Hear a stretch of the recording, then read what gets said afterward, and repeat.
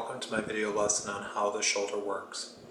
I've drawn the scapula on myself, along with my collarbone and my humerus. The scapula is exceptionally important. It articulates with only two spots in the body with bone connections. The first is to the humerus in the glenoid cavity, and the collarbone to the acromion of the shoulder at the acromioclavicular joint. It is so important that your scapula is healthy and functions normally. It has so many articulations with muscles of the upper limb that any damage or injury could really cause problems for you. One of the most important features on the scapula is the coracoid process. If you're getting surgery on your arm, particularly with your rotator cuff, which I'm going to cover in my next video, this is what is known as the surgeon's lighthouse. That's the name they literally give it. It is a beacon to not cut anywhere very deep in the medial area of the scapula. Reason? The brachial plexus and a lot of vasculature pass in this area and underneath the collarbone.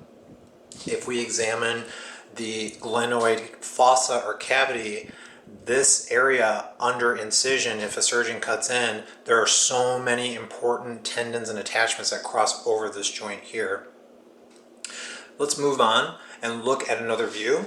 So here on the back, we have the spine of the scapula, which you can see here on my shoulder that I've drawn. This dark zone is just for contrast, but could be muscles or any type of structure. But I've done this just for illustrative purposes. And you can see my humerus, it's very big.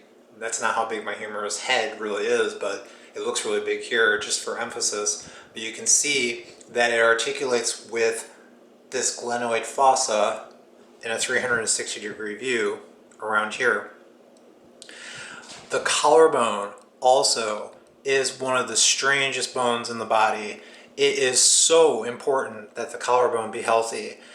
Without a collarbone that is healthy and functioning, you cannot move your arm.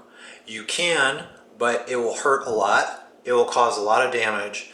This bone is so strange because the articulations it has with the acromion of the shoulder, which is here at the top, which is part of the spine, and the manubrium of the sternum are necessary, but at the same time are so loose and strange that, frankly, I don't understand how this bone stays in place.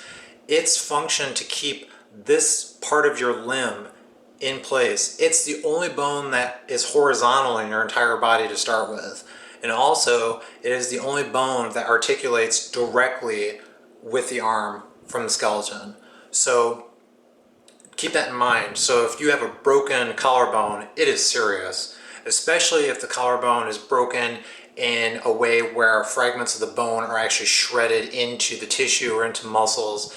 You're down and out. You have no choice but to get surgery or to rest. So some of the other things that I want to talk about briefly before I end my video is that in my next video I'm going to talk about the rotator cuff. Now the rotator cuff is 4 important muscles that I'm going to draw on this structure, so you can literally watch this video and then I'm going to transition into the next video and you're going to see how they overlay. The rotator cuff is not an underrated structure. It is super important, but there's a lot of misunderstanding about it, and I want to clear up some things and also show you in real time, on my arm, how it works, where it connects to, what part is where, what part is the biggest. And you can see I'm giving you some clues here because I've kind of left some of the areas here blank, and those are where some of the biggest muscles of the rotator cuff are actually going to reside. And I just want to mention too that the scapula itself is not really supported by much. This dark zone here could be muscle, it could be latissimus dorsi, it could be pectoralis major, it could be many other major big muscles, but it is wing shaped. It literally is wing in identity. It flies around and moves around. It helps you move your arm up and down. It helps you do medial rotation.